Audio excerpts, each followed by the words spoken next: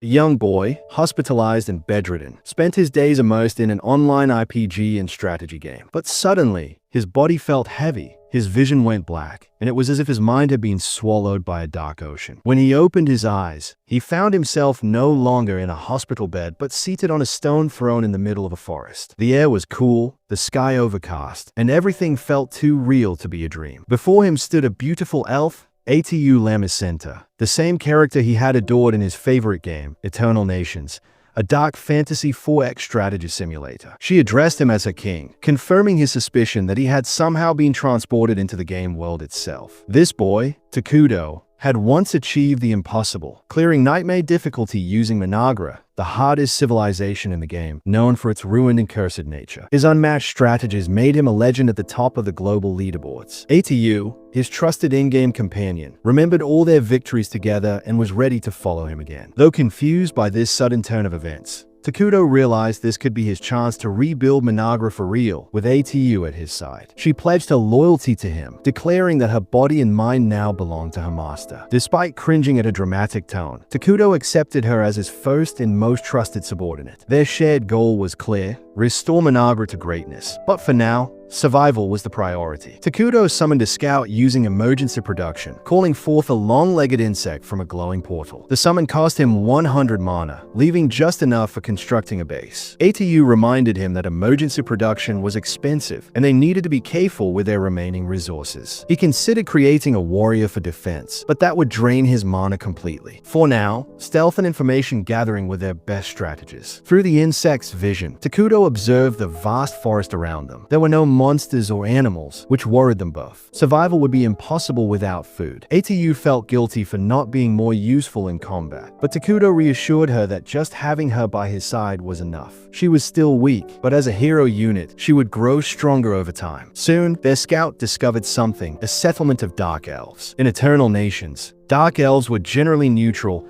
sometimes leaning toward evil, but finding another civilization nearby was risky this early on. A direct conflict could ruin all their plans. Their best option was to remain hidden and gather information before making any moves. Meanwhile, the Dark Elves themselves were struggling. Jia Naji, the leader of their warriors, led a group through the forest in search of food. Exiled from their homeland, they were starving and desperate. Some elves feared these cursed woods, believing that an ancient evil was sealed here. Jia, however, pushed forward, refusing to give up hope for his people. Their journey eventually brought them face to face with Takudo and Atu, who were seated on the stone throne. To the elves, Takudo's dark and commanding presence was terrifying. He looked like an otherworldly being, perhaps even the rumored king of ruin. Jia, knowing their survival depended on his next move, bowed respectfully and introduced himself and his companions. When Takudo noticed how thin and weak they were, he offered them food: fresh apples, pears, vegetables, and bread, summoning it from his storage magic. The Dark Elves were overwhelmed with gratitude and relief, eating as if they hadn't seen real food in weeks. Jia, however, chose to take some of the food back to his starving tribe, earning Takudo's respect. Back at the Dark Elf settlement, the return of the foraging party sparked celebrations. The famine was over, at least for now. Elder Malta, a wise but cautious elder, was suspicious of the mysterious figure who had given them this bounty. According to ancient legends,